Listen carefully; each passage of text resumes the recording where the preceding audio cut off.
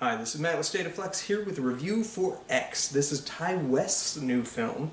He's an interesting filmmaker. He made a movie that I really liked called House of the Devil, that it was a very immersive, sort of cultish horror movie set in the 70s. This film, too, is set in the 70s, and what he's very gifted at is delivering that 70s look, feel, aesthetic. You feel fully immersed and believe that you're watching a movie that was actually made around that time. This could be a sister film to, like, aesthetically, to, like, Texas Chainsaw Massacre, or the very first Friday the 13th. This film follows a group of adult filmmakers who go to a secluded house in the middle of nowhere where a serial killer awaits and picks them off one by one. However, what's really interesting with this film is that it's a slow build to that horror element.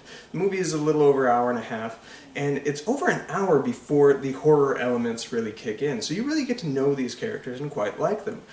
Brittany Snow, Jenna Ortega, they're standouts, but this is Mia Goth's film. She is fantastic, and kind of gives a dual role, which is really, really quite good. Excuse the baby noises in the background. Have a newborn, she's sleeping but beginning to stir, so you might hear a little as she does, wake up. The film is good, however, I think it made for a better trailer. A24 is gifted at making trailers, man. Made for a better trailer than a feature film, because once it does devolve into a horror film, it is somewhat by the books. If you've seen Friday the 13th, you kind of know the direction the film goes. However, the film does elevate itself by tackling an issue that is overlooked, which is our relationship with people who are aging or aged. And that is really kind of a neat element of the film. It's strong, but it's not executed perfectly. It kind of reminded me of another, essentially by-the-books horror slasher film of like the 80s or late 70s, which was Deadly Blessing, a Wes Craven movie, which the horror elements are kind of the most generic aspects, but when it's digging deep at the concept of forced religious repression, the film is quite elevated, quite smart, but it just doesn't have that extra oomph to make the execution work. This film kind of follows that same footsteps. And while we're on the subject of Wes Craven, he's a filmmaker that came out of the adult film world, as did a lot of horror filmmakers of the 70s. And this film kind of paints a striking picture as to why that is. A lot of people have kind of examined how horror and comedy use the same tools at their disposal to get the same action. Both rely on tension that builds until there's a release, right?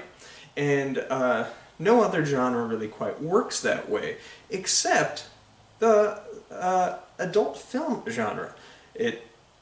It too has tension before quite a literal release.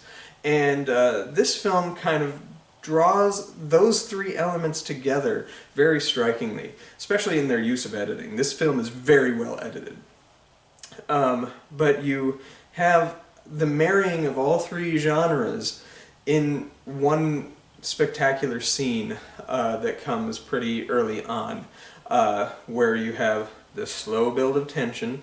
You can feel the horror of it, you can feel the eroticism of it, and once you start realizing how he's cutting things back and forth, it starts to become just a touch funny, and then all three crescendo into the release.